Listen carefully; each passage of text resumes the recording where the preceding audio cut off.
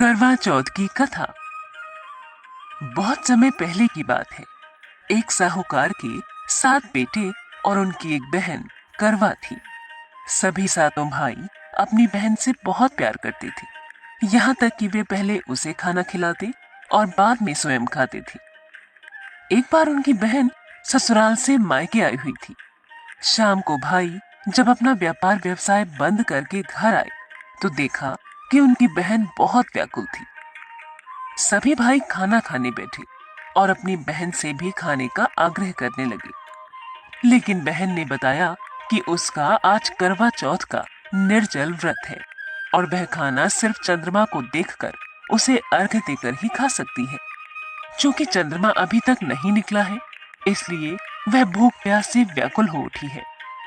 सबसे छोटे भाई से अपनी बहन की हालत देखी नहीं जाती और वह दूर पीपल के पेड़ पर एक दीपक जलाकर चलने की ओट में रख देता है। दूर से देखने पर ऐसा प्रतीत होता है कि जैसे चतुर्थी का चांद उदित हो रहा हो। इसके बाद भाई अपनी बहन को बताता है कि चांद निकल आया है, तुम उसे अर्घ देने के बाद भोजन कर सकती हो। बहन खुशी के मारे सीढ़ियों पर चढ़कर चांद को देखती है, उसे अर्घ देकर खाना खाने बैठ जाती है। वह पहला टुकड़ा मुंह में डालती है तो उसे छींक आ जाती है। दूसरा टुकड़ा डालती है तो उसमें बाल निकल आता है और जैसे ही तीसरा टुकड़ा मुंह में डालने की कोशिश करती है तो उसके पति की मृत्यु का समाचार उसे मिलता है। वह बौखला जाती है। उसकी भाभी उसे सच्चाई से अवगत कराती है कि उसके साथ ऐसा क्यों हुआ। करवा चौथ का व्रत गलत तरीके से टूटने के कारण देवता उससे नाराज हो गए हैं और उन्होंने ऐसा किया है। सच्चाई जानने के बाद करवा निश्चय करती है कि वह अपने पति का अंतिम संस्कार नहीं होने देगी और अपने सतीत्व से उन्हें पुनर्जीवन दिलाकर रहेगी।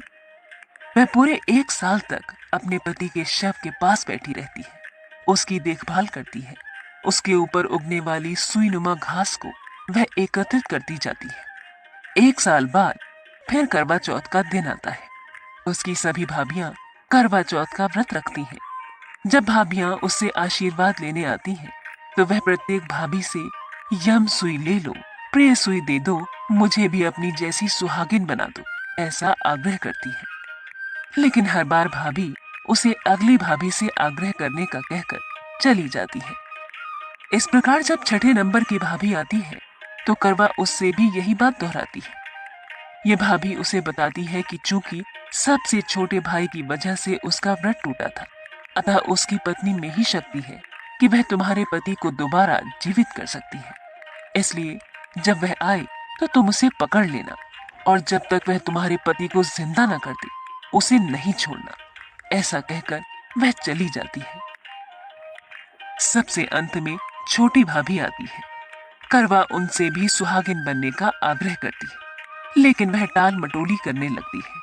इसे देख करवा उन्हें जोर से पकड़ लेती है और अपने सुहाग को जिंदा करने के लिए कहती है।